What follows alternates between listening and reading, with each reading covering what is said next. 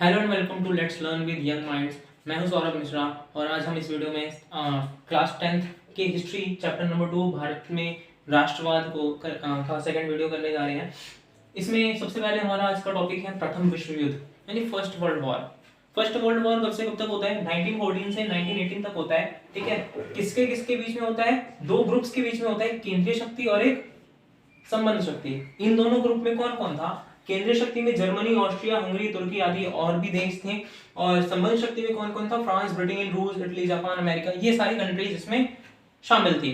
ठीक है, अब फर्स्ट वर्ल्ड वॉर में जो है जीत किसकी होती है? संबंध शक्ति की होती है। ठीक है, और केंद्रीय शक्ति क्या है? हार जाती है।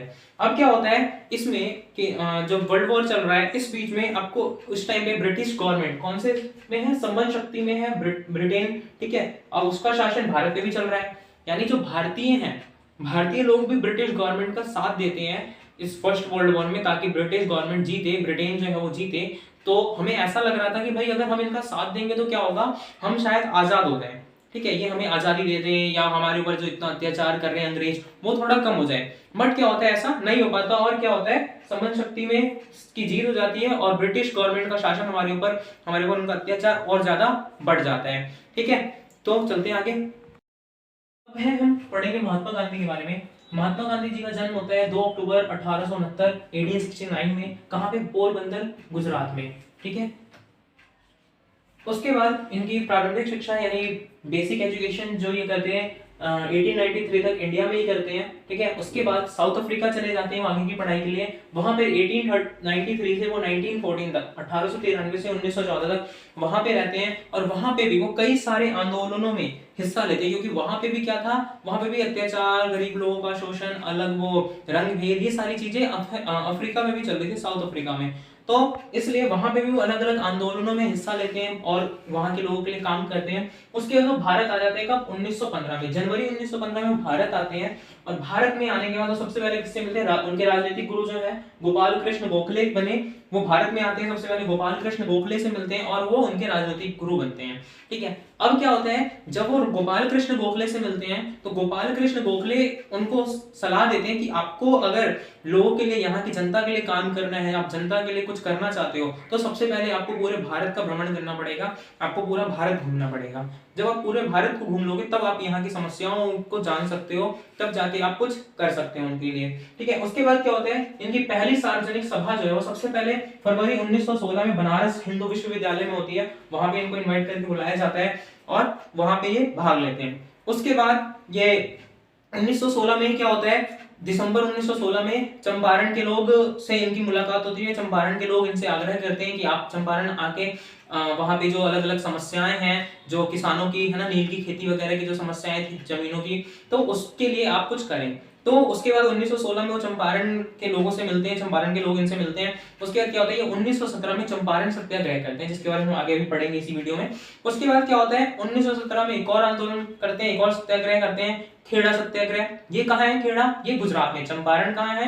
बिहार में। और खेड़ा कहाँ है? गुजरात में। उसके बाद 1918 में ये अहमदाबाद सत्याग्रह करते हैं। अहमदाबाद में जो सत्याग्रह हुआ था वो किसके लिए हुआ था? वो मजदूरों के लिए हुआ था, मिल में काम करने वाले मजदूरों के लिए। ठीक है, तो अब आगे इसको चलते हैं। है सत्याग्रह का विचार। अब सत्याग्रह क्या होता है? सत्याग्रह का मतलब होता है सत्य के लिए आग्रह करना, यानी कि सच के लिए आग्रह करना। ठीक है, ये कहा जाता है कि अगर सत्याग्रह का मतलब ये होता है कि अगर आपका जो सत्याग्रह करने का उद्देश्य है सही है, सच्चा है, अगर आप किसी अन्याय के खिलाफ संघर्ष कर रहे हैं तो आपको किसी बल की, ताकत वगैरह की जरूरत नहीं, आप सत्याग्रह के करके भी आप जीत सकते हैं। तो ये होता है सत्याग्रह का मतलब कि सत्य के लिए आग्रह करना, यानी सच के लिए आग्रह करना। अब आगे आते हैं हमारा 1917 में चंपारण सत्याग्रह। जैसे मैंने बताया 1916 दिसंबर में गांधी जी से जो वहां के किसान है वो मिलते हैं। उसके बाद गांधी जी 1917 में चंपारण सत्याग्रह करते हैं। और वो किस लिए करते हैं? वहां पे क्या था, वहां पे दौरा करते हैं, बिहार जाते हैं और चंपारण का दौरा करते हैं। और वहां पे जो दमनकारी बगान व्यवस्था थी, यानी कि वहां बगान व्यवस्था जो चल रही थी उसके खिलाफ वो किसानों से अपील करते हैं कि आप लोग क्या करें, सत्याग्रह करें। ठीक है, उनको इसके लिए वो प्रेरित करते हैं, मोटिवेट करते हैं। उसके बाद आता है 1917 में खेड़ा सत्याग्रह भी किया उन्होंने, चंपारण सत्याग्रह किया 1917 में, दोबारा से फिर 1917 में ही एक और सत्याग्रह खेड़ा सत्याग्रह किया। अभी खेड़ा सत्याग्रह क्या था, वो उस टाइम पे गुजरात कि जिला ये जो खेड़ा है वो गुजरात का एक डिस्ट्रिक्ट है, वहां पे इन्होंने किया, वहां पे किसानों की हेल्प करने के लिए। क्यों? किसान जो थे वहां पे परेशान थे लगान चुकाने में। क्यों? क्योंकि वो लगान वो चुका नहीं पा रहे थे, क्योंकि वहां पे उस टाइम पे बीमारी फैली हुई थी, प्लेग की बीमारी, ठीक है, प्लेग की महामारी फैली थी, जिसके कारण वो क्या थे, लगान चुकाने में मतलब क्या बोल सकते हैं उसको, मतलब वो चुका नहीं पा रहे थे। तो क्या है, उसके लिए वो चाहते थे कि ये सत्याग्रह इसलिए किया गया ताकि जो लगान है, लगान में थोड़ा चुकाने के लिए टाइम दिया जाए और वो उसके बाद उसमें थोड़ी कम किया जाए लगान को, और क्या है इसके जरिए क्या कर सके, फिर किसान जो है वो आसानी से उसको चुका सके, है ना, ताकि ज्यादा उसको परेशानी ना उठानी पड़े। ठीक है, चलते हैं आगे।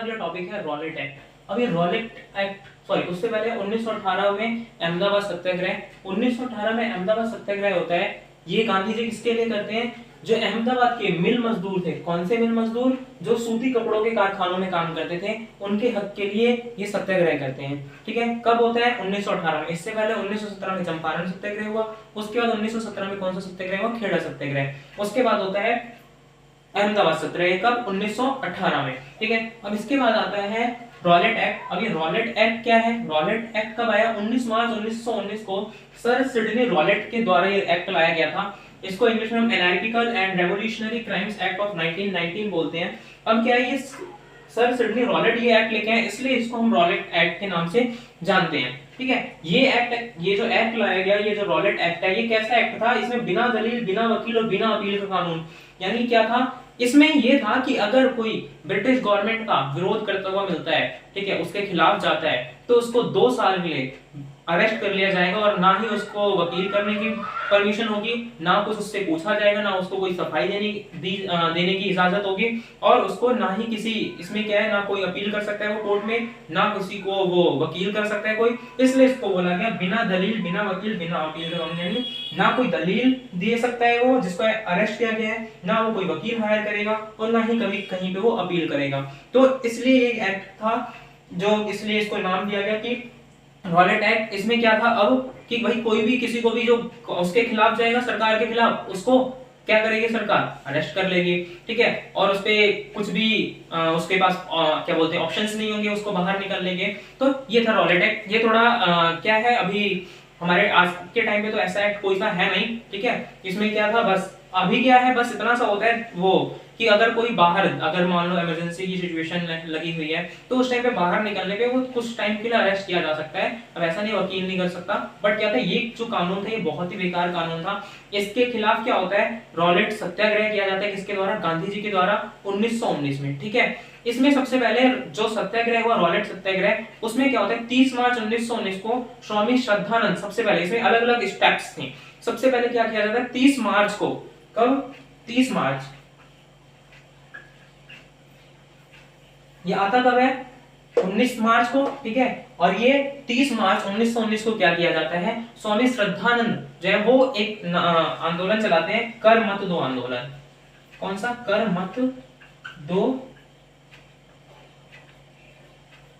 यानी कि अब क्या है, गवर्नमेंट ऐसा एक्ट लेके आ रही है, तो आप क्या करो, जनता से उन्होंने अपील की कि आप टैक्स ही मत दो जनता को, उनको, सॉरी सरकार को, कि आप टैक्स ही मत दो। जनता से अपील की कि भाई आप टैक्स मत दो सरकार को।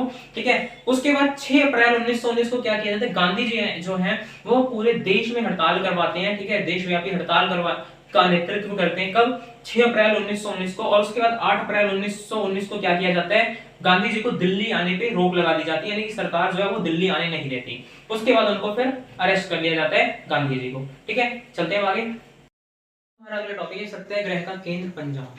अब क्या होता है, 9 अप्रैल 1919 को क्या किया जाता है, सत्यपाल और सैफुद्दीन किचलू को गिरफ्तार कर लिया जाता है, जिसके बाद जो जनता है वहां की वो भड़क जाती है। ठीक है, और उनको छुड़ाने के लिए क्या किया जाता है, 10 अप्रैल 1919 को अमृतसर में एक शांतिपूर्ण सभा कर रहे होते हैं। ठीक है, जो वहां की पब्लिक है वो कैसे छुड़ाया जाए, उन लोगों को कैसे उनको जेल से बाहर निकाला जाए, उसके लिए मीटिंग कर रहे होते हैं। कहां? अमृतसर में। तो कब कर रहे होते हैं, 10 अप्रैल 1919 को, यानी अरेस्ट करने के अगले दिन। अब क्या होता है, अब वहां पे 10 अप्रैल 1919 को जब वो सभा कर रहे होते हैं, शांतिपूर्ण सभा होती है, तो कौन, वहां की जो पुलिस है वो आती है और उन लोगों पर गोलियां चलाना शुरू कर देती है। ठीक है, उसके बाद क्या होता है, इसके बाद लोग जो है वो बैंक हो गया, डाक खाने हो गए और रेलवे स्टेशनों पर क्या करने लगते हैं, हमले करने लगते हैं। क्यों? वो पुलिस जो है, पुलिस ने जो गोली चलाई उसके कारण वो गुस्से में आ गए कि वो ऐसा कैसे कर सकते हैं, हम तो शांति से सभा कर रहे थे। तो इसके लिए जनता भड़क जाती है और क्या करती है, वो बैंक, डाक खानों और रेलवे स्टेशनों पर हमला करना शुरू कर लेती है। उसके बाद क्या होता है, ये सारी चीजें देखते हुए जो कौन है, जनरल डायर, वो मार्शल लॉ लागू कर देते हैं, ठीक है, और उनके हाथ में सारी चीजें आ जाती है। पूरा कमान कौन संभाल लेता है, मार्शल लॉ लागू करके जनरल डायर, ठीक है। तो आगे चलते हैं, जलियांवाला बाग हत्याकांड। अब ये जलियांवाला बाग है वो कहाँ पे, पंजाब में है, ठीक है। क्या होता है जलियांवाला बाग हत्याकांड का, होता है 13 अप्रैल 1919 को होता है। उस दिन क्या होता है, उस दिन बैसाखी होती है। बैसाखी मनाने के लिए सारे लोग जो होते हैं वहाँ के आसपास के वो लोग वहाँ पे इकट्ठा हुए होते हैं उस बाग में।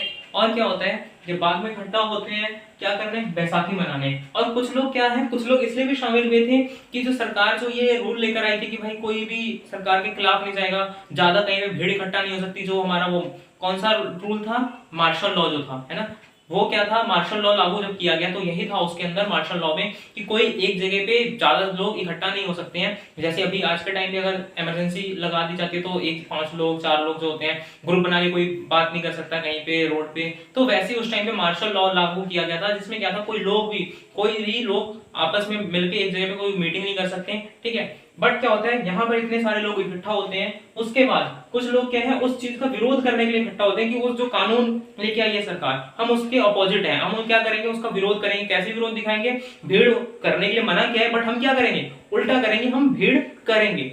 तो उसके चक्कर में क्या होता है, वहां पे इतनी सारी भीड़ होती है, वहां पर क्या होगा फिर, इसके बाद वहां पे सिपाही सब आ जाते हैं। वहां पे क्या था, चारों तरफ से उनको पुलिस वाले जो होते हैं, वो जनरल डायर जो है वो क्या करते हैं, जनरल डायर उसको सारे लोगों को लेकर आ जाते हैं अपने पुलिस वालों को, और सबके ऊपर गोलियां चलाना शुरू करते हैं, ठीक है। बाद में क्या होता है, सत्याग्रही जो है उनके मन में डर वगैरह हो जाता है, ठीक है। उसके बाद क्या होता है, बहुत सारे लोग उसमें मारे जाते हैं। कोई बचने के लिए भी कुएं में कूद रहा था तो भी उसको उसमें भी मार दिया गया। उसके बाद क्या होता है, जब सारी चीजें ये पूरे भारत में जब ये बात फैलती है तो सत्याग्रही हैं वो क्या है, थोड़े बहुत डर जाते हैं, और क्या होता है, उनके अंदर डर पैदा हो जाता है, ठीक है। अगर उनसे जब ये पूछा जाता है जनरल डायर से कि आपने ऐसा क्यों किया, इतने सारे लोगों को क्यों मारा, तो यही जवाब देते हैं कि हम उनको डराना चाहते हैं। तो उसके बाद क्या होगा, अब जो लोग हैं इस इंसिडेंट के बाद क्या होता है, जब लोग भड़क जाते हैं अंग्रेजों के खिलाफ, ठीक है।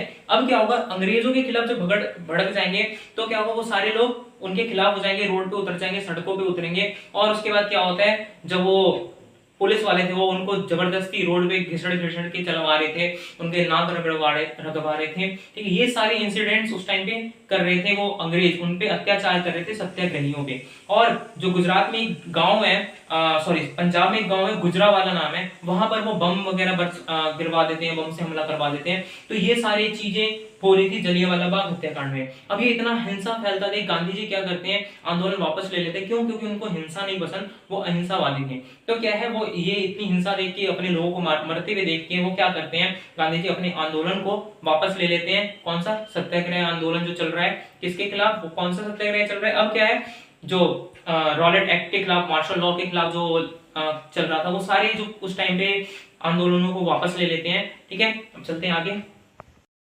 अब हम पढ़ेंगे उधम सिंह के बारे में। उधम सिंह कौन है, इनका जन्म होता है 26 दिसंबर 1899 को, ठीक है। ये कौन है, उधम सिंह जो है, ये जब जलियांवाला बाग हत्याकांड हुआ था तब ये वहीं पे थे, ये छोटे से बच्चे थे, उस टाइम पे बच्चे थे, और वहीं पे जलियांवाला बाग हत्याकांड के टाइम वहीं पे उस बाग में थे, ठीक है। वो वहां पर कुछ पानी वगैरह पिलाने का काम, लोगों को ऐसा काम कर रहे होते हैं, और उसके बाद वो कहीं छिप जाते हैं और अंग्रेजों की गोलियों से बच जाते हैं। उसके बाद ये सारा कुछ ये देख लेते हैं, देखने के बाद क्या करते हैं, मन में उसी टाइम सोच लेते हैं कि अब ये जो जनरल डायर है इसको मैं मार के रहूंगा। उसके बाद क्या होता है, ये 1924 में गदर पार्टी ज्वाइन करते हैं, ठीक है। उसके बाद ये 1934 में लंदन चले जाते हैं, क्या करने, उसको जनरल डायर को ढूंढने के लिए, ठीक है। अब क्या होता है, जब 1934 में लंदन जाते हैं, उससे पहले वो यहाँ पर रह के पैसे वगैरह इकट्ठा कर रहे थे, अपना काम कर रहे थे, मेहनत कर रहे थे, ताकि क्या हो, कुछ ऐसा हथियार खरीद सके जिससे वो जनरल डायर को मारे और एक ही बार में वो खत्म हो जाए। अब क्या होता है, 1934 में लंदन जाते हैं, उसके बाद लंदन में वो जनरल डायर को ढूंढ लेते हैं। जनरल डायर के आगे पीछे हमेशा मतलब वो रहते ही हैं, ठीक है। तो अब क्या है, वो उसको उस टाइम नहीं मारते, वो चाहते तो उस टाइम पे भी तुरंत मार सकते थे, पर लेकिन बट वो क्या चाहते थे, वो चाहते थे कि जैसे जनरल डायर ने इतने सारे लोगों को मारा है, वैसे मैं उसको भी बहुत सारे लोगों के बीच में मारूंगा, ठीक है। तो उनको एक बार मौका मिलता है, कब, 13 मार्च 1940 को, जब जनरल डायर का सम्मान समारोह होता है, वहां पे सम्मान समारोह किया जाता है, जनरल डायर को सम्मानित किया जाता है। और जनरल डायर जब स्टेज पे होता है, मंच पे होता है, तो जब उसको सम्मान करने के लिए बुलाया जाता है, तो ये जनता के बीच में बैठे होते हैं, पब्लिक के बीच में जो उधम सिंह है वो बैठे रहते हैं और वो उनको 3 गोलियां मार के उसी टाइम खत्म कर देते हैं। फिर उसके बाद वो वहां से भागते नहीं है। तो जब उनको पुलिस फिर पकड़ लेती है, जब पुलिस पकड़ लेती है तो कोर्ट में जब जज उनसे पूछते हैं कि भाई आपके पास मौका था भागने का तो तुम भागे क्यों नहीं, तो वो सीधे बोलते हैं कि मैं भारतीय हूं, मैं कायर नहीं हूं, मैं भागता नहीं हूं। ठीक है, ये चीज वो बोलते हैं और उसके बाद 31 जुलाई 1940 को उनको फांसी की सजा दे दी जाती है। ठीक, और बस हमारे वीडियो में आज के लिए इतना ही इस वीडियो में। अब मिलते हैं नेक्स्ट वीडियो में। ये सारे पूरे चैप्टर का जो हमारे भारत में राष्ट्रवाद, इसके जो आपके नोट्स हैं आपके डिस्क्रिप्शन में आपको लिंक मिल जाएगा, वहां से आप नोट्स पढ़ सकते हैं, देख सकते हैं। ठीक है, बाकी आप इस चैनल को ज्यादा से ज्यादा अपने दोस्तों के साथ शेयर कीजिए। नया चैनल हमारा, ज्यादा से ज्यादा सपोर्ट कीजिए हमें। ठीक है, लाइक शेयर और सब्सक्राइब करना ना भूलें। मिलते हैं नेक्स्ट वीडियो में।